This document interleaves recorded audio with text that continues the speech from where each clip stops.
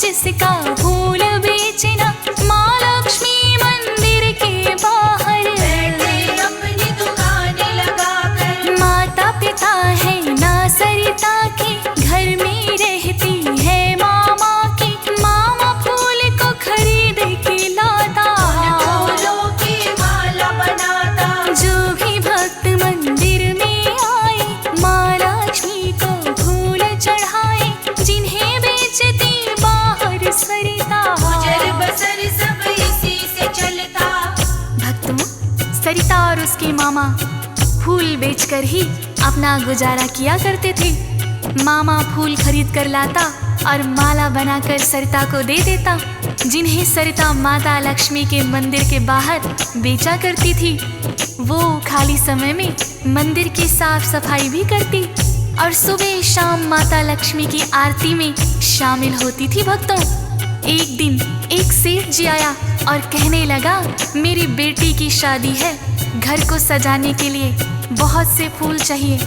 सरिता कहने लगी, सेठ जी, हमारे पास इतने पैसे नहीं हैं जो आपके घर के लिए फूल ला सके।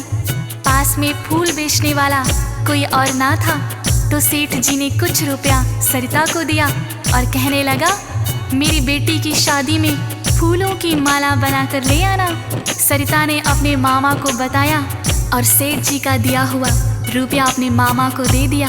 जब बेटी की शादी का दिन आया तो सरिता का मामा बहुत सारे फूल खरीदकर उनकी मालाएं बनाकर एक बैलगाड़ी में लेकर चल दिया। भक्तों, साथ में सरिता भी थी, किंतु रास्ते में बहुत कीचड़ था। उनकी बैलगाड़ी धंस गई।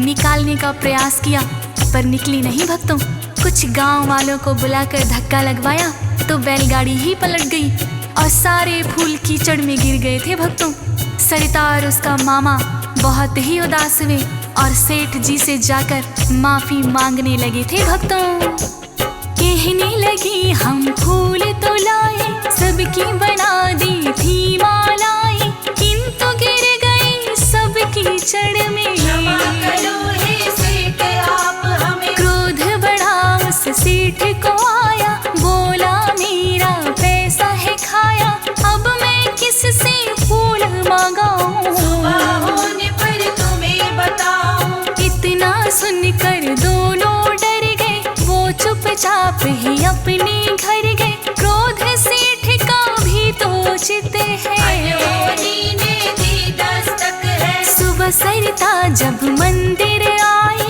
अपनी दुकान है बिखरी पाई, जिसे सेठ ने तोड़वा दिया है। भर कर बदला लिया है। भक्तों, सेठ जी ने जैसे तैसे अपनी लड़की की शादी तो कर दी, अगले दिन सरिता की दुकान को भी तोड़वा दिया और मंदिर के पुजारी को कहा, यदि उस लड़की और उसके मामा ने यहाँ फूल बेचे तो तुम्हें भी मंदिर में नहीं रहने दूंगा।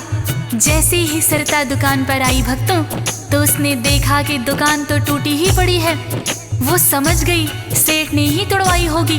वो परेशान होकर माँ लक्ष्मी के मंदिर में गई और माँ लक्ष्मी से माफी मांगने लगी। कहने लगी, हे माँ